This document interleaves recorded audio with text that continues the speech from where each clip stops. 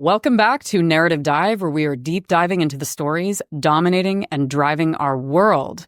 Today, I have a guest I'm very enthusiastic about, Michele Mitchell, and we are going to be talking about one of the biggest plagues in American democracy right now and democratic dialogue, and that is the anger industrial complex. Michele's award-winning career as a human rights filmmaker includes the documentaries Haiti, Where Did the Money Go?, which aired on PBS an impressive 1,100 times, and the feature documentary, The Uncondemned, which I personally had the pleasure of emceeing events for in Chicago multiple times when it came out.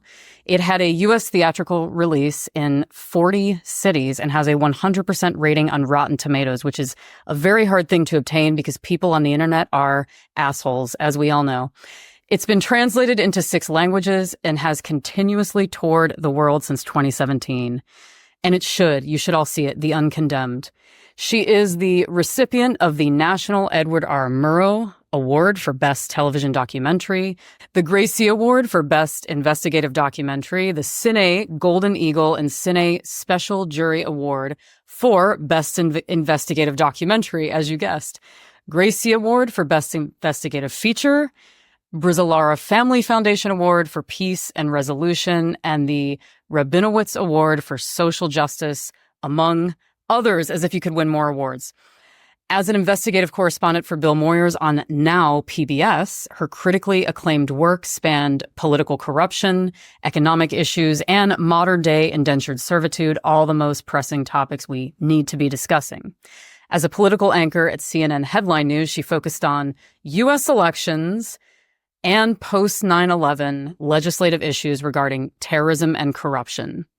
An Ochberg Fellow at Columbia University's Dart Center for Trauma and Journalism, Michele's human rights work includes an investigative stint with the USC Shoah Foundation to gather evidentiary testimonials from the Rohingya survivors fleeing Myanmar.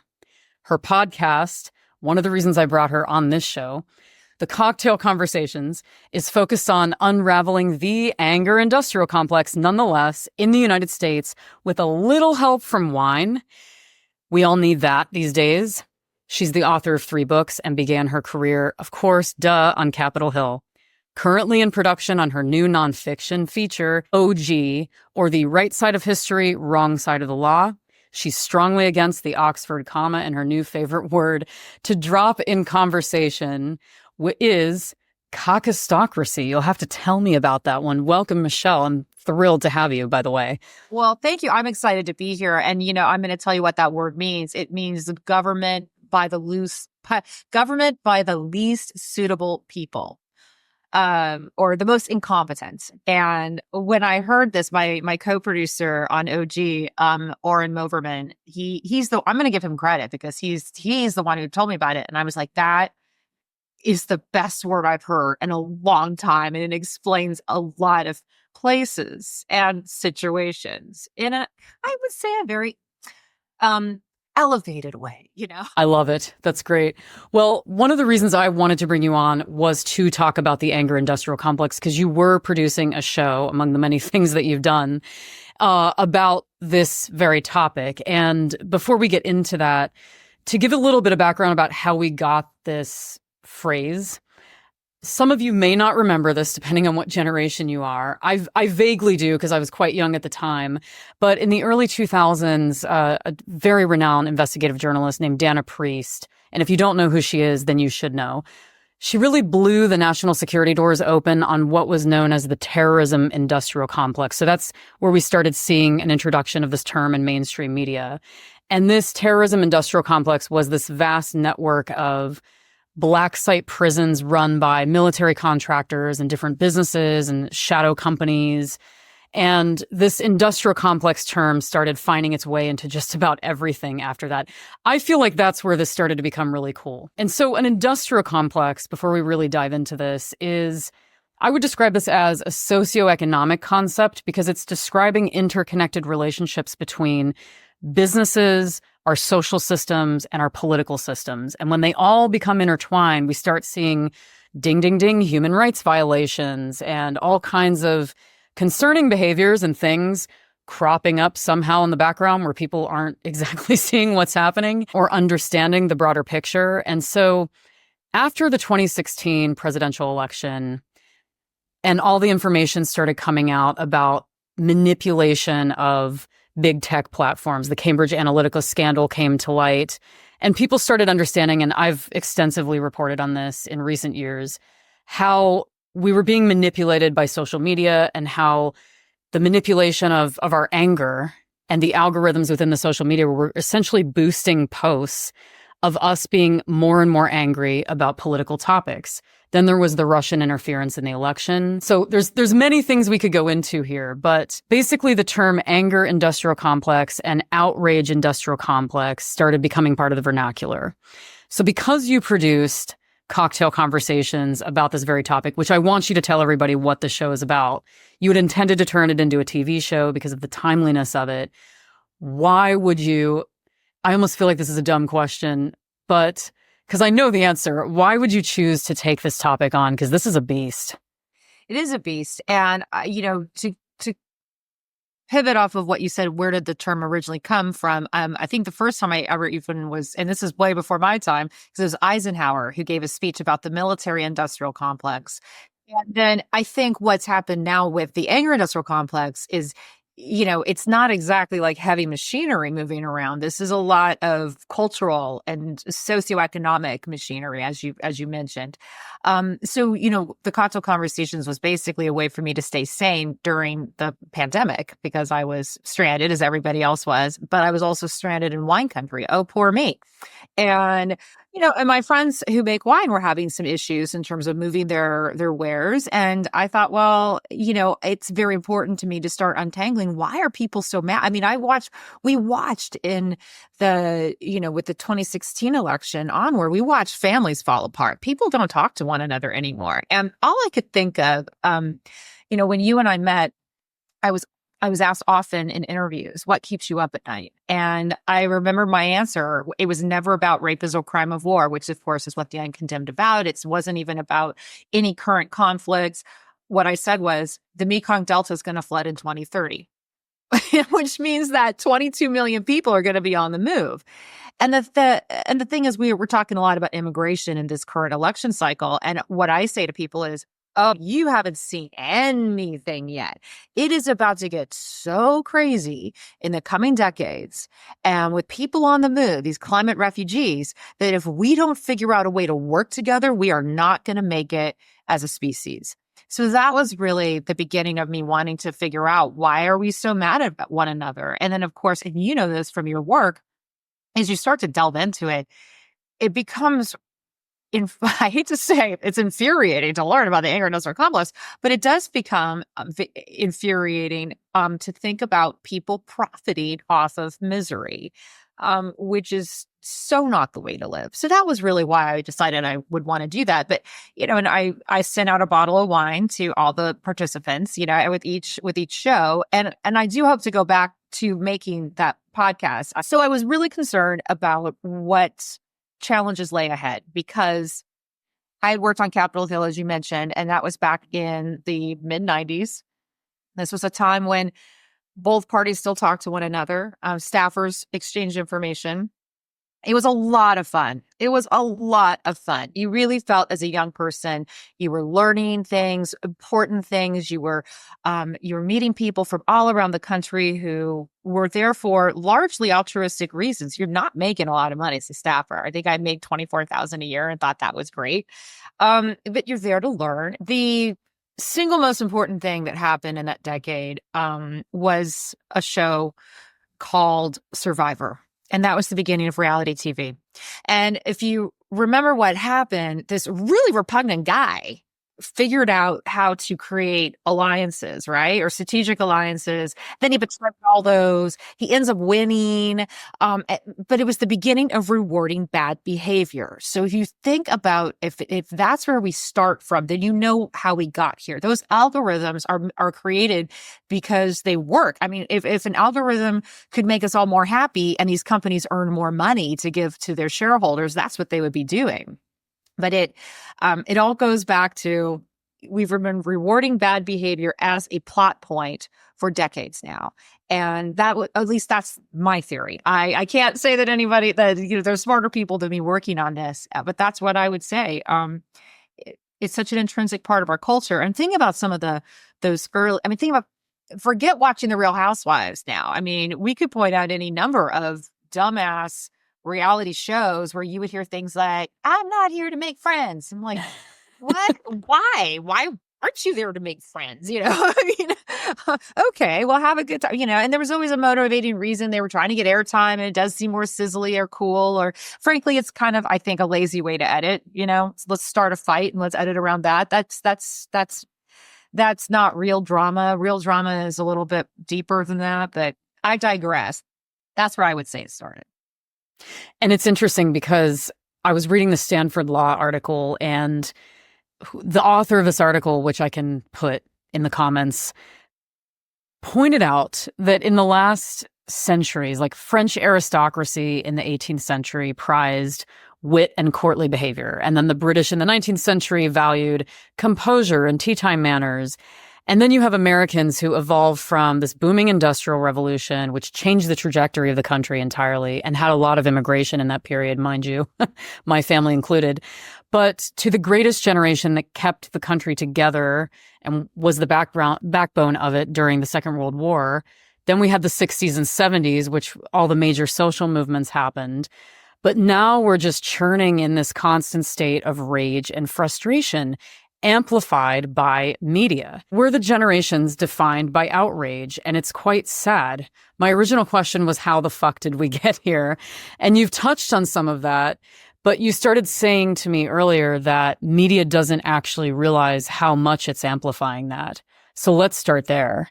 Well, I brought this up during one of my shows to some of the folks I used to work with at CNN who were guest stars, but I remember before we even started taping some of those shows, one of them said to me, Michelle, I think you have a very short view of what the history of media is all about, because this idea that it's public service is a relatively recent invention or expectation.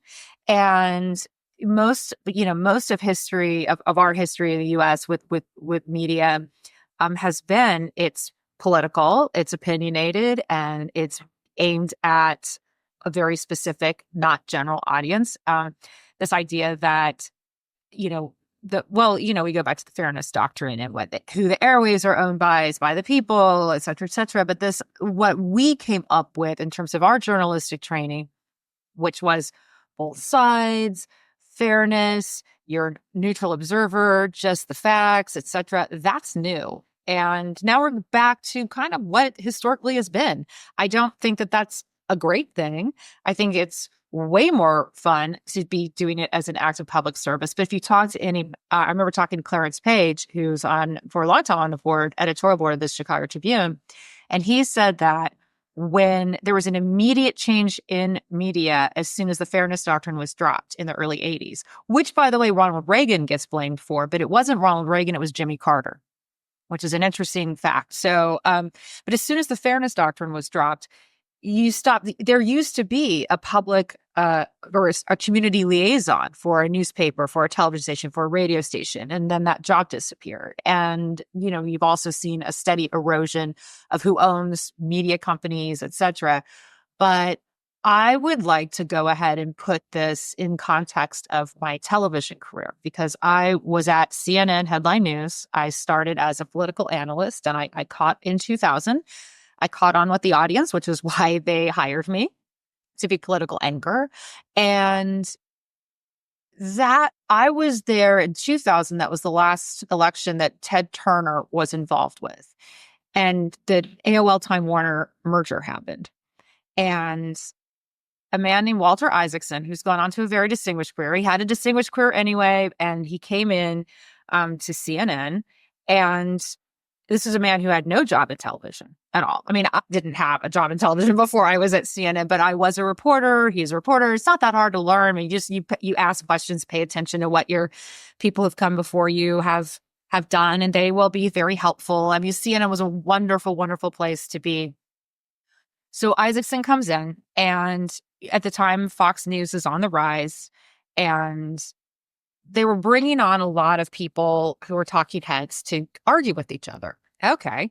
Well, then I remember getting called in by my boss saying, Michelle, can you start using some more of your California-isms? And I'm like, what are you talking about? I'd worked so hard to not sound like I was from California. I'd worked so hard to be taken. I actually dyed my hair dark. I had like auburn hair. If you did any of the photos of me when I was at Headline News, I was very much a brunette because I wanted to be taken seriously. So I was very confused by this Californiaism thing. And then I was also told, well, you can start giving more of your opinion.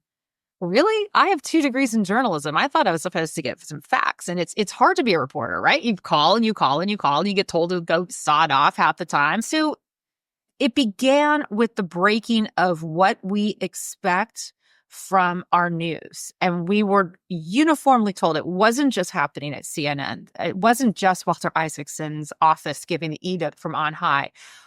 All of these networks decided to start putting on more and more pundits. You know, that became a thing, if you remember. Like all of a sudden we had, yeah. And I mean, what was that? That didn't happen before. You had terrific investigative reporters for major newspapers and magazines. All of a sudden, they are doing these hits on television, and they're loving it because they're getting attention, and they're wearing their face makeup to the bar, and meeting people and the bar, and the celebritification of certain media figures began, and which was super fun if you were the media figure, but it probably was a little confusing to people at home because you're watching these folks thinking what they're talking about is real, but we were all being encouraged to give our opinion.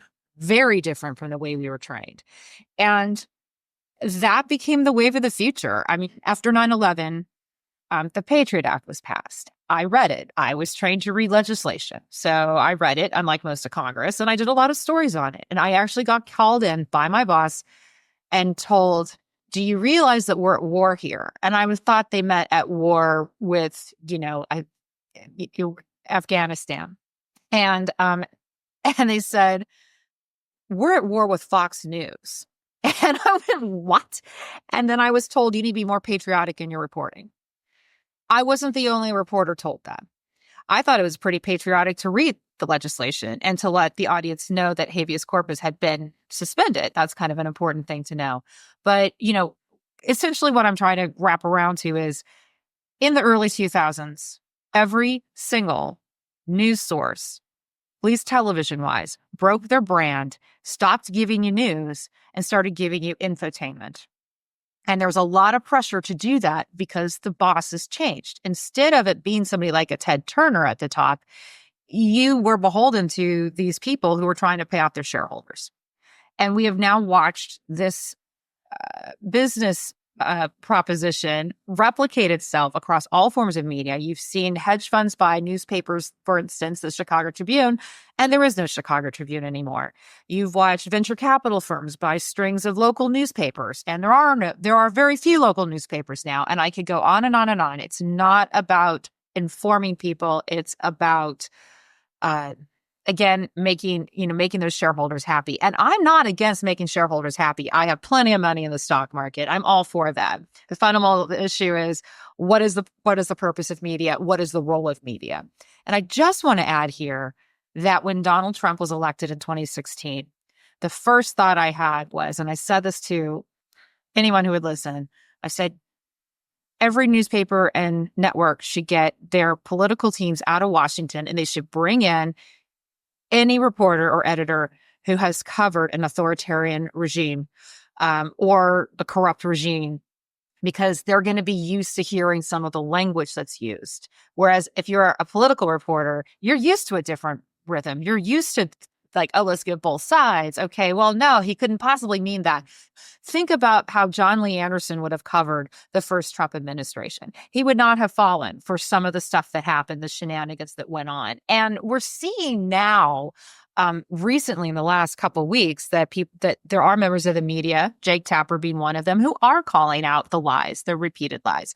But because this didn't happen 9 years ago, we are at a point now where people, the general audience, does not believe it when a Jake Tapper calls out the lies. I think that if we had done that, we would have gotten much different coverage, but that is not what the corporate bosses believe is the role of media. So, and that's interesting that you brought that up, because for everyone listening, Michele, you came into journalism as a Gen Xer. I came as a millennial, and you came in as the television news started becoming infotainment. I came in when we started having info snacking, which, funny, I gave a talk about this at Creative Mornings Munich in Germany. And I was talking about how in the mid 2000s, we started, whenever we had Yahoo News and, all the internet.com boom was going on, everything started migrating online, and that's where you started getting the really intense short form content. And so audiences were drifting away from reading long form, which is what I write. Sometimes I feel like nobody reads it. Yeah, I know. I read it. I mean, I read long form. That's the whole point. Yeah, exactly. And it's like, but sometimes I'm like, well, it's a long form. Probably nobody will read it, or very few people will actually see it. But it started drifting into, the reels and the stories and everything. And there was something, and I wanted to bring this up because you had her on the show. There was a New York Times reporter, Judith Miller, who was part of a scheme to oust Valerie Plame's identity, the CIA operative. You had her on your show. Yes. And what this moment in journalism, and this is a misunderstood moment in journalism, is how media was able to be used as a political pawn.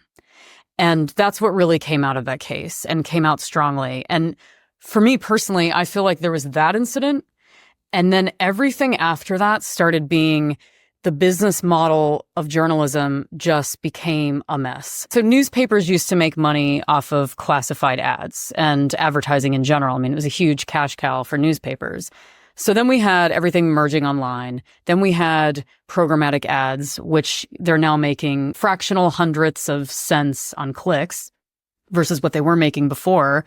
And then we had Craigslist, which disrupted the classified ads. So then the newspapers didn't know how they were going to make money. And then we ended up in a situation where we had mass layoffs multiple times. And this is still going on almost 20 years later. So to think, and one of my questions for you was about conspiracy theories going around about media being polarized, because this environment is rife with conspiracy theories. Everyone thinks there's a vast right-wing or left-wing conspiracy against the other political party. And it's something like the deep state is one that keeps coming up. Someone in the background is pulling the puppet strings. But really, when you look at the economics of news, what you see inside the box are managers beholden to for-profit entities who are under pressure to get ratings and please shareholders, like you mentioned. And that really became apparent when you were at the peak of your television career. And that became apparent for me when I was entering journalism in, I would say, the mid to late 2000, like 2006, 2007, when we all started entering the profession. It was like, oh, there's no jobs. So I was that person who was like, well, fuck it, I'll just write a book then, or two. What I've tried to explain to a lot of people when I've spoken on panels is it's not quite the conspiracy that you think. What it really is economics. And it's advertising revenue for social media. Once social media took over news, and Facebook has always said, oh, we're not a news, or Meta, has always said, we're not a news company, yet they were the biggest influencer over who read articles for the longest time.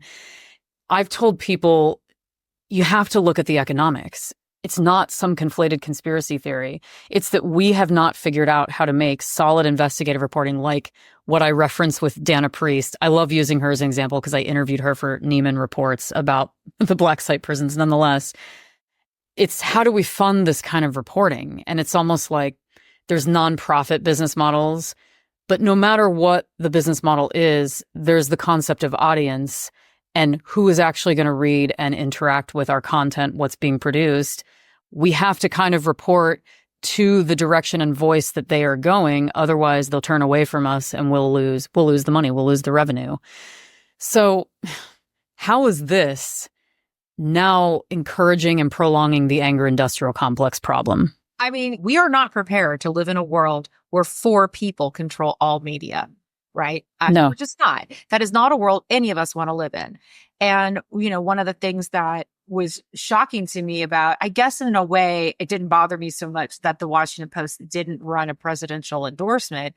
What bothered me was how it was handled. The fundamental overlapping of business interests with these folks is not compatible with the idea of media being an information-based, trustworthy source for communities. And really what we have to take a look at is, well, what do we expect from community? And I will tell you, the thing that drives me the most crazy when I listen to people get really riled up about things is that you're being manipulated. Somebody's making money off of you getting ticked off, which is why, I mean, I have a Facebook profile and I go on it from time to time because I like Facebook Marketplace. I like to move things, but I don't engage because if I do, somebody's making money off of my comment. I actually, although I do have an Instagram, which is public, so you can go on it and yell at me. That's fine. I don't care. I'm not on it very much because what I realized was I was spending. I'm also working on a movie right now, which is requiring some deep thinking. At any moment, I am not spending thinking about how to create the best story possible and work the sources and figure out the camera angle and this and that. Any minute that I'm not doing that and I'm on Instagram is $1 less for me. So, and it's not helping my brain. I'm not improving my line of thinking. And in fact, you have to ask yourself about that algorithm. Somebody's making money off of you, and do you need to be on that platform? And I think what we're seeing now with the Zoomers is that they're not on the platform. They're going off of it. It's kind of cool to not have an Instagram or well, they're definitely not on Facebook. So, but, and they're not on TikTok as much as you might think. And I do wonder, Jessica, if the way out of this is to go more analog. That is interesting. There was an article in The Atlantic about that. I believe it was The Atlantic a while back, where they were talking about if these platforms disappear, where does dialogue go? How do we talk to each other? And I'm speaking on a panel at Denison University next month about everyone's favorite topic these days, abortion and reproductive health care and human rights.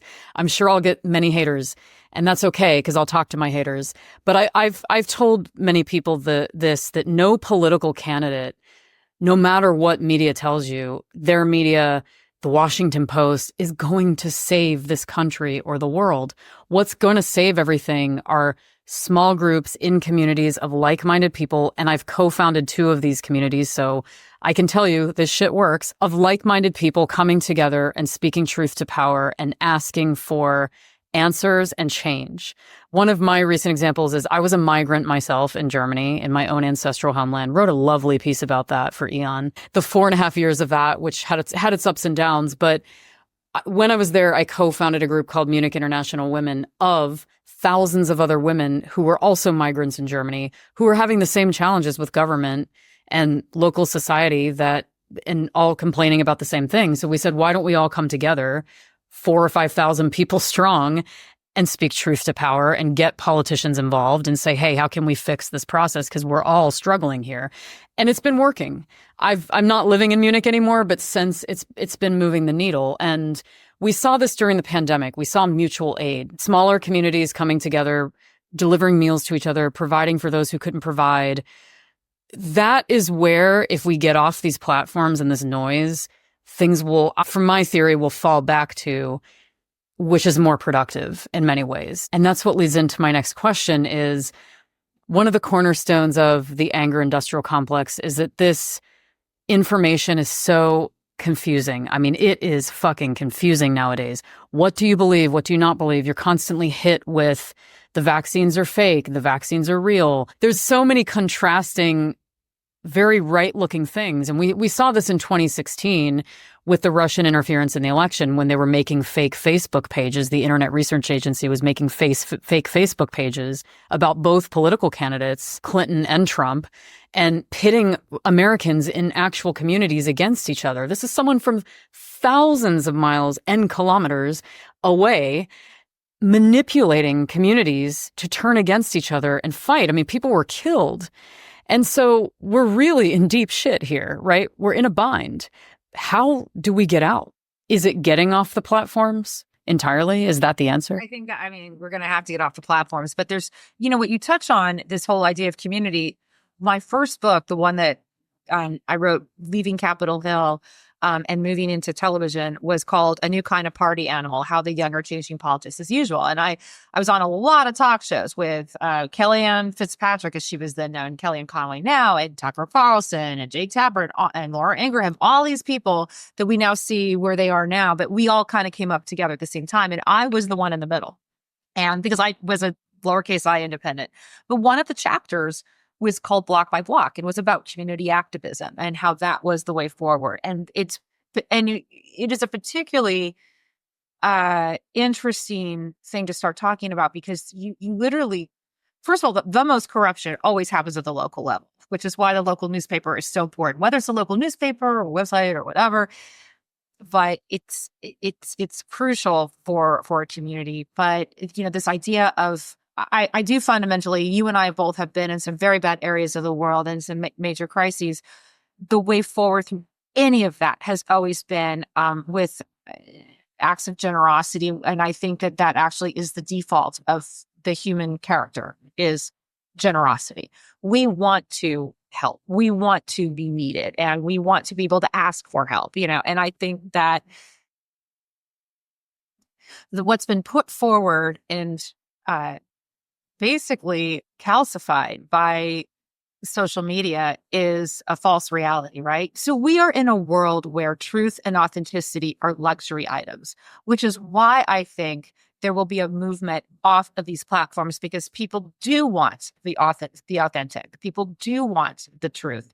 And the truth is not always a malleable thing. The only way we are going to survive the challenges ahead, which are numerous, and I cannot talk enough about the challenges that the climate crisis are going to present. One of them being, you're worried about inflation for your groceries now. Try when the entire climate is disrupted and you don't know when your food source is rolling in. That's real inflation. And if we don't figure out how to work together, we are not going to make it. There's no winner in this. There's no jetting off to your bunker in New Zealand. That's it. If we want to be around, we have to shake off some of the false narratives that have been built around us by people who are making money off of those false narratives. That's very true. And it's starting to get to that point now, because we're seeing independent creators creating, like, you have podcasts that are now unedited. That's become a new topic where they're going on and on, 2-3 hours long. I think things are going in that direction because there's a mass distrust of media right now. But it also somewhat contributes to the problem, because you have people like Alex Jones who are filling people with just completely nutcase ideologies that have no substantive foundation whatsoever. And it does go awry in that circumstance. I mentioned the other day to a friend of mine, we were talking about how almost hopeless it feels to be saying, like, okay, we just need to go off social media and everything will be fine. We talk about how, what the anger industrial complex has built. But I want to point something out to you and anyone who's listening and watching this. One of the most prominent figures for decades was Rush Limbaugh. Yes. Contributed an awful lot of poison. Rush Limbaugh hasn't been with us now. He died, obviously. Who talks about Rush Limbaugh now? When was the last time you heard his name? So this man who was on the planet for decades, who did an awful lot of harm, is not remembered at all. And think about that. Is that how you want to spend this particular life? You are privileged to be on this planet. You are privileged to be in the form that you're walking around in, and you have a choice to make. How do you spend that time? And look at what he did. That's so sad that that's what he chose. I love the way you put that about being in the form that we're in and choosing how we spend our time. I've seen many accounts that were someone's personal account that are now donated to bashing certain political candidates. And you start thinking you have a chance to contribute knowledge to the world or contribute something higher to people. What are you doing? Why are you choosing to spend your time that way?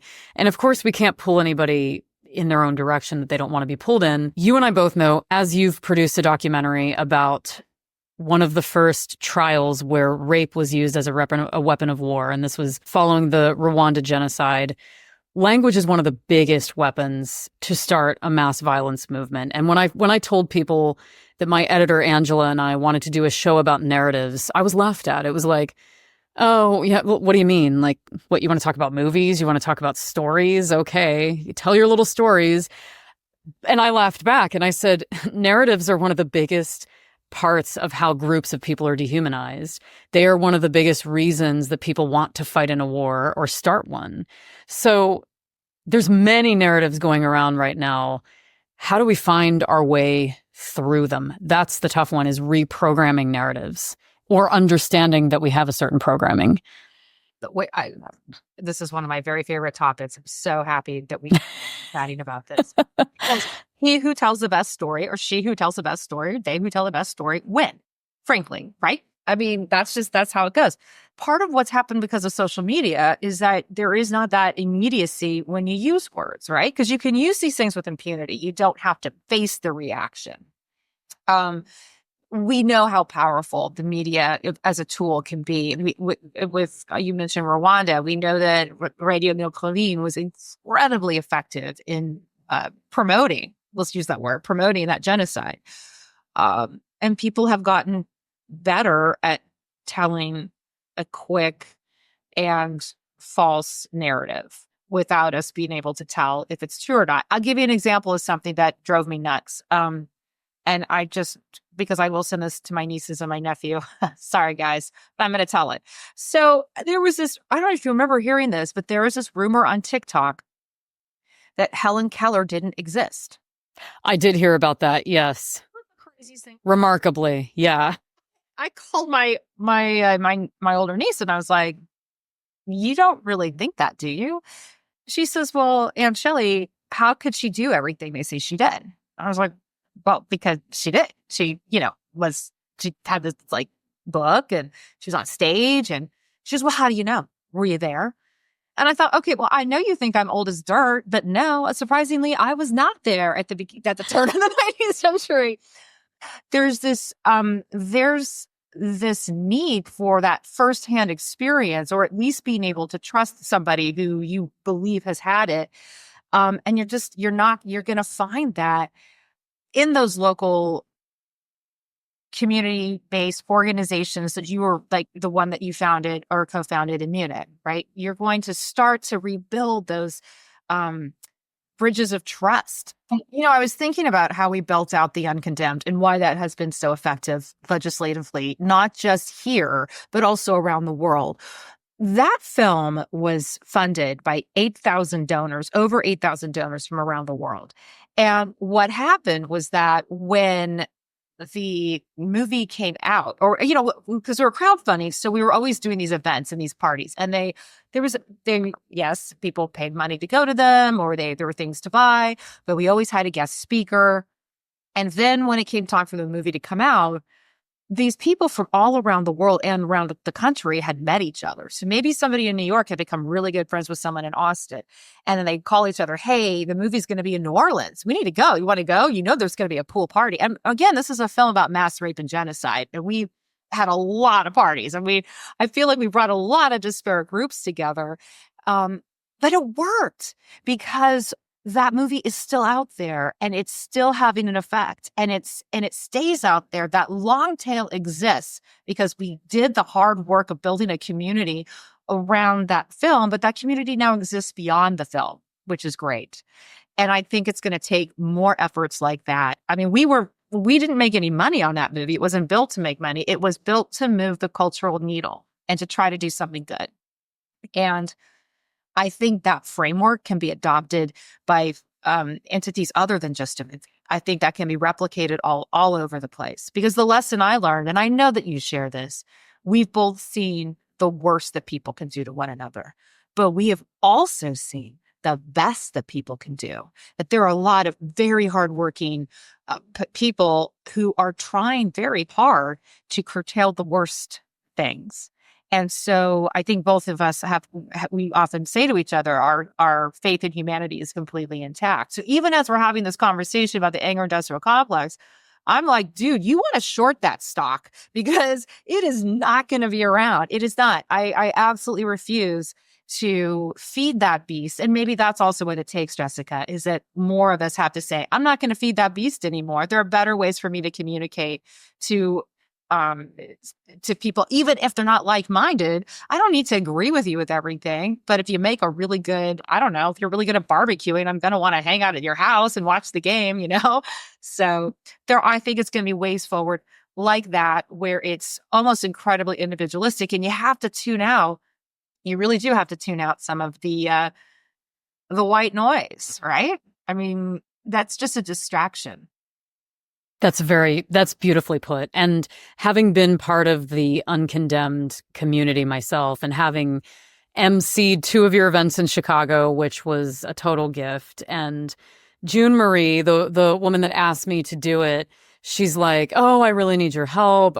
Are you interested?" I'm like, "Do you even have to ask? This is such a meaningful film. Absolutely. I am there. I am right by your side. No problem. I'm so happy to participate in this."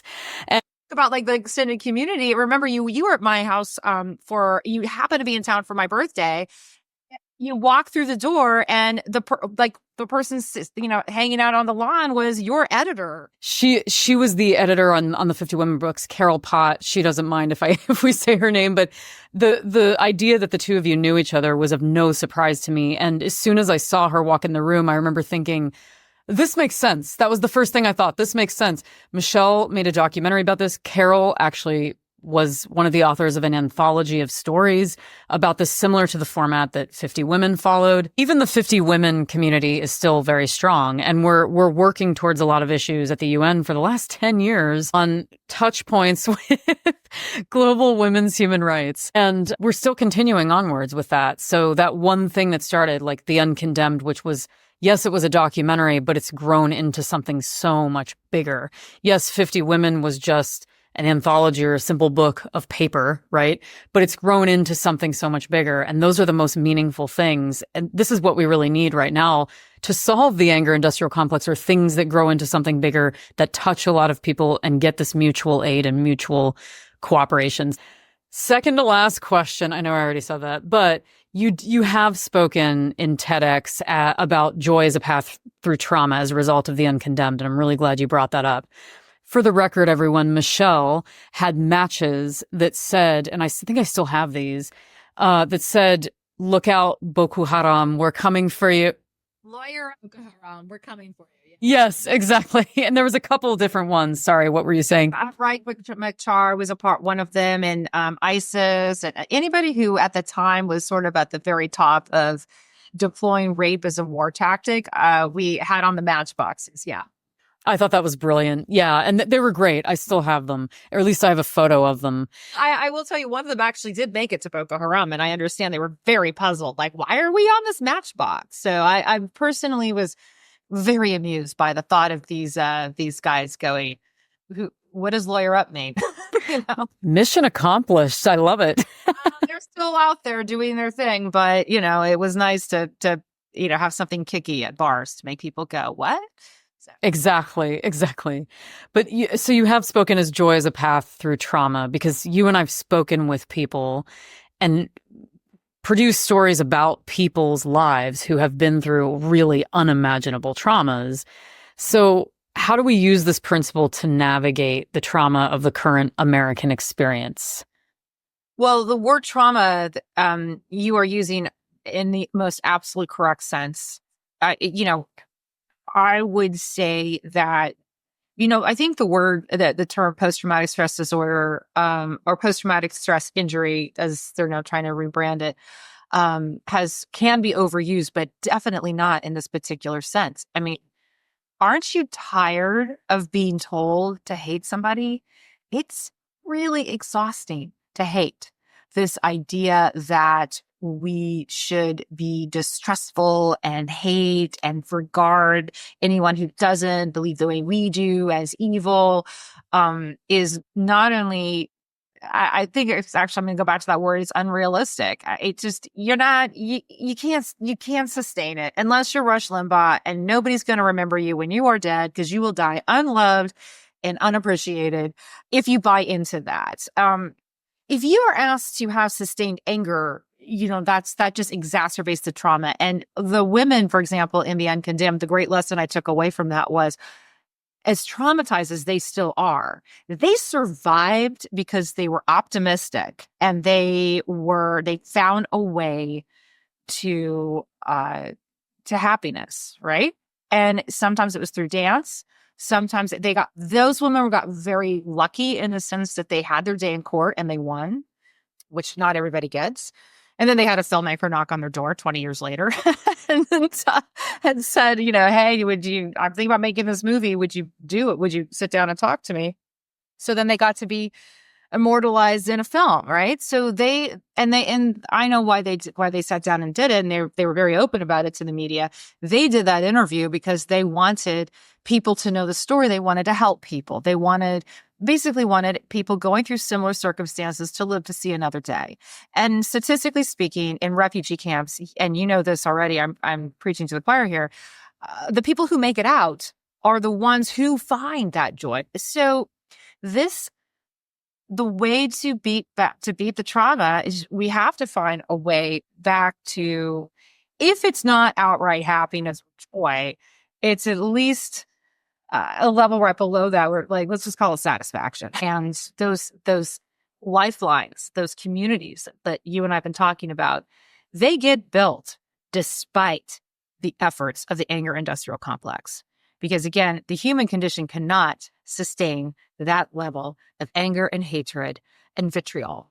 It is physiologically impossible. You will not be able to do it. I mean, you and I have both been under extreme stress before, and your body shuts down.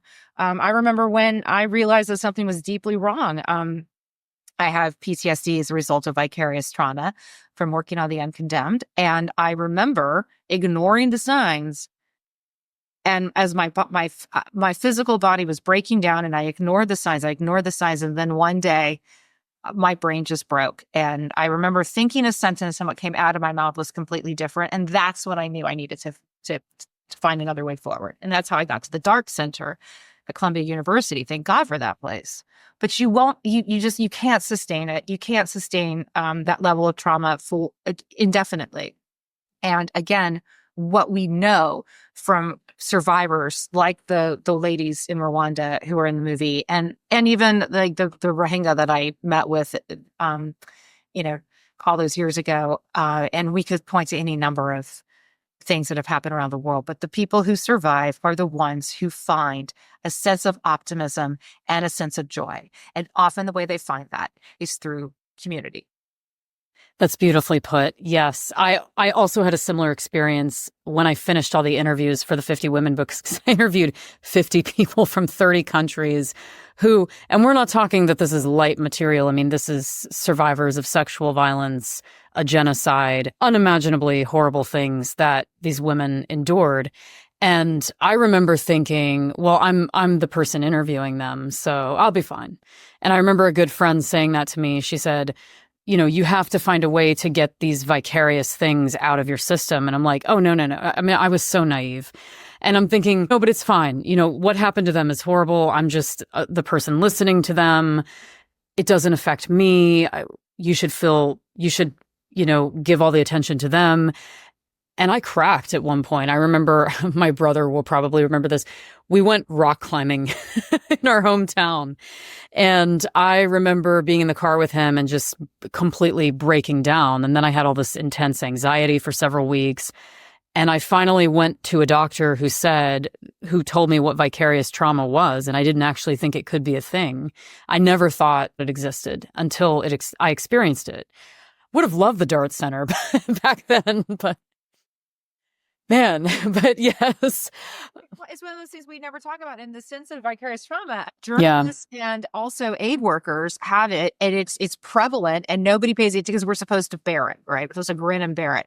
And what you realize is, yeah, no, it's impossible to do that. And we have a mental health crisis right now because of social media, because it's traumatizing. The algorithm is traumatizing. You go back to something we started talking about early on, which was, well, what's the solution? Just to leave the social media platforms? Yeah, it's kind of sounding like it, right? I mean, if you're not actually getting something beneficial from it, why are you there? You are right in saying that the body cannot sustain this. Like, you can't sustain angry. Your blood pressure is going to be sky high, right? You're slowly killing yourself. And that's one of the biggest concerns I've had about this country since coming back from Germany earlier this year and sort of watching this happen from abroad, which was an interesting bird's eye view, but also being in a country that was going through its own issues.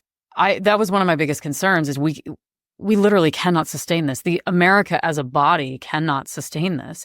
But I do see we're past the illusion and delusion around what has been going on with it. We're starting to understand the cause, and that's the first step. No matter what happens on election day, there is going to be some segment of a traumatized population. And my hope is that we do find those ways forward and together, because again, in a world that is about to really change, where things are going to become scarce, it's not winner takes all. That's a huge lie. You know, we have been told over and over again, winner takes all, move fast and break things. That's actually not how things really operate. Not if you are trying to survive and make it, you know? Exactly. So, Michelle, the last question that I ask every guest is, what narrative have you challenged lately, and what did you learn in doing so? The decision to have or not have children is a pretty personal one. And obviously, I did not have them. And I own that decision. I'm totally fine with that. And, you know, it just didn't happen in this lifetime. I don't think anything has irritated me as much as JD Vance saying that if you don't have kids, you're a psychopath. I'm like, I don't understand the fact that somebody who wrote a best-selling book doesn't understand exactly the correct application of the word psychopath, but fine. Anyway, if you don't have a kid, if you haven't had a kid, and mind you, he's not saying that about the guys. He's saying it very specifically about women. If you didn't have a kid, you're a psychopath. And then, of course, he had that great line, childless cat lady. Yes. He goes on to say that we don't deserve have our vote counted the same. And there's a whole diatribe to that. And it's part and parcel of a larger ethos put forward by a very small segment and very influential segment of the most conservative part of the Catholic Church. So I was at a dinner in New York and with legit billionaires. And it was just me and a couple of them sitting there at a table. And I did not ask them for money for my movie. That wasn't the point of it. So anyway, topic of politics comes up because I happen to be there sitting there with them when Eric Adams, the current mayor, was indicted. So politics comes up, and I then have an opening to say, so are you, what are you guys feeling about the presidential election? And then they tell me they're going to support Trump because of taxes. Okay. That's what they've decided to do. So then they have the opportunity to say, well, who are you voting for? And I'm right now in the state of California because I'm making this movie, but I registered to vote and I pay my taxes in New York. So I said, well, considering that your guy's running mate called me a psychopathic childless cat lady, I'm flying back to New York to say, fuck you in person. And that's how I'm going to vote. And they started laughing. It was really fun to push back on this idea of if you didn't have kids, that it wasn't as, they got it. It was a fun moment. We actually had a more sustained talk about politics in general. But it was fun to push back on this narrative that my life just sucks and I regret my choices, because that is what Vance has put forward and what that whole movement has put forward. We make difficult decisions every day, Jessica. Everybody does, right? How are you going to conduct yourself in the world around you at this moment? And whether that's getting in your car and not, flipping someone off as they cut you off and letting it go, or, just choosing to participate or not participate in the angry industrial complex. We are. Absolutely. So I think that, and the one of those parts does not necessarily have to be that you reproduced.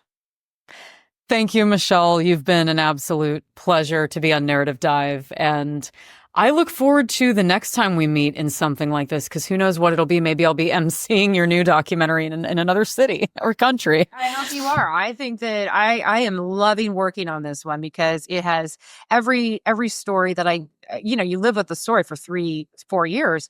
And every time it changes you. And I have absolutely become a better person working on this. It has really changed my mind. One of the things that helped this particular community a lot in terms of what they were up against. And again, we're talking about cannabis here, but this sense of community. I mean, we keep coming back around to this, but these are the happiest people I've ever met in my life. And the reason is because even though they fight with each other, they get in arguments, and there's been all sorts of shenanigans that have happened, but they are there for each other in a way and have built something culturally. They have a community center, they've got a theater, they've got a this and a that, but it really, that's how you want to finish, and how you want to spend your time on this planet.